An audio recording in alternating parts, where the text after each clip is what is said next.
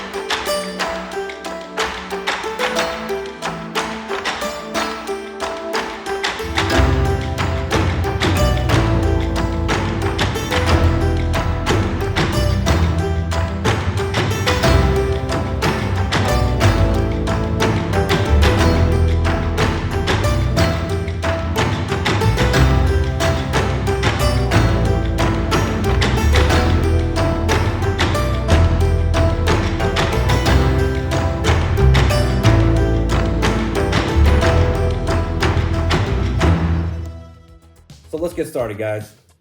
So when I first got out here, I had this intention of making a cool video. It was gonna be how I run my agency while I'm on vacation, while I'm traveling, and how does my agency continue to do well? How does my agency continue to produce and without my involvement? Like, my managers haven't bugged me this entire trip. If anything, I'm bugging them. I wanna find out what's going on, right? And so my goal was to make a video on how I manage my agency from Japan. However, that's not quite what happened. While I've been out here, I didn't even get to this YouTube video until now, the last day. And what I would say is, I didn't manage my agency while I was out here. My managers did. What I did was enjoyed my experience. I was fully present and immersed in this amazing Japanese culture. Like, if you guys haven't added Japan to your bucket list, I highly recommend it. This place is insane. The food, the culture, the experiences, the people, goodness gracious, it's a epic experience. And so I didn't manage my agency. What did manage my agency were my managers. We have solid processes and systems, accountability. We have strong culture in the agency, and last but not least, just a solid, just something I've built for the last 7 years. And I don't know where you're at in your agency journey. Some of you guys might be some OG veterans crushing it. Some of you guys might be brand spanking new. Building an agency that operates without you, it will take some time. It takes time, it takes development of the right managers, the right leaders, and that takes trust. For the longest time I was running my agency, I fumbled around with putting people in positions of leadership, and And over time I figured out what to look for and who to empower with that role and responsibility. And as a result, I was for the most part present. I didn't have to worry about my agency. We put up numbers. We're not having our greatest month per se, but heck, without my involvement, I'll take it, right? We're gonna hit our minimum, our goal. And right now it's at the time of this recording, we got to hit 350 items, and we're gonna do that. And it's a short month of February. I haven't been involved. Again, I'm bothering my managers. But a few of the things that I look at when I am on vacation, I still have access to my email on my phone. I probably should get rid of that, but I do like to just kind of forward the emails. It's 17 hours ahead out here. And so when I woke up, it's like already halfway through the day in Vegas. And so I'm waking up to, sales, or I'm waking up to no sales. And that's how I'm starting my day out here. It's quite fascinating that it's the future over here. But I am forwarding emails when I wake up. I am paying attention to the group chat, the agency group chat. I'm seeing what's going on. I am texting my managers just with little questions here and there, asking how some of these new hires are doing, if they're gonna make the cut, and how they're progressing. And then I am also paying attention, a lot of attention, to our KPIs, the key performance indicators, such as items sold. I'm paying attention to quote volume. How many households is every person quoting? How many calls are they making? And then how much talk time are they having? And then with the telemarketers, how many transfers they're getting and how many calls they're making. So just purely focus on effort in this business. Quotes, the more quotes you do, it's just a numbers game. When you can predict how well your agency will do by paying attention to your overall agency's quote volume in household quotes. And so, some of your lowest producers may have, newer people, 5 to 8% close ratio. Average might be between 10 and maybe 13%. And then you have the exceptional producers that are closing at 7, 15 to 20%. And so, all that averaged out, it's just quote volume, guys. And so I know that if the team is quoting, despite rates, despite restrictions that may be imposed in your state, that you will have a good month just based on that quote volume.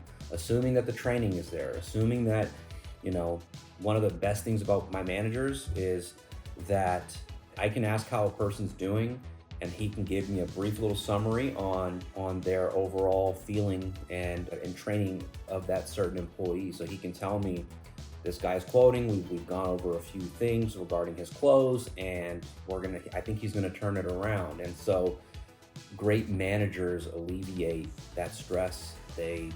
Goodness, I can't stress that enough. And a good service manager to put out fires. It's been, a lot of my managers have been with me. My service manager going on 5 years. My sales manager just hit his 4 years, and my operations manager is a little over 3 years. That takes time. So wherever you're at in your agency journey, it's gonna take some time to identify these people. It's gonna take some trust, and trust happens over time. That's what I would say. I was here. I got to enjoy beautiful freaking Japan. And what's crazy is, for those of you guys that have been following me, I was just married, and we scheduled our honeymoon in March. And this is February. We're expecting in July, and I just wanted to go all out. I wanted to go all out in traveling. I love traveling. I love experiencing things. I love experiencing life, especially while I'm able-bodied. I don't want to get old. And just traveling, even as a 34-year-old man, it hurts my back, right? We're walking around Disneyland, Tokyo, my back is hurting. And so I want to be able, oh my goodness, hold on real quick. In Japan, you're gonna do 10 to 15,000 steps every single day. That's a lot of steps. We ate good, but we burned it off as well.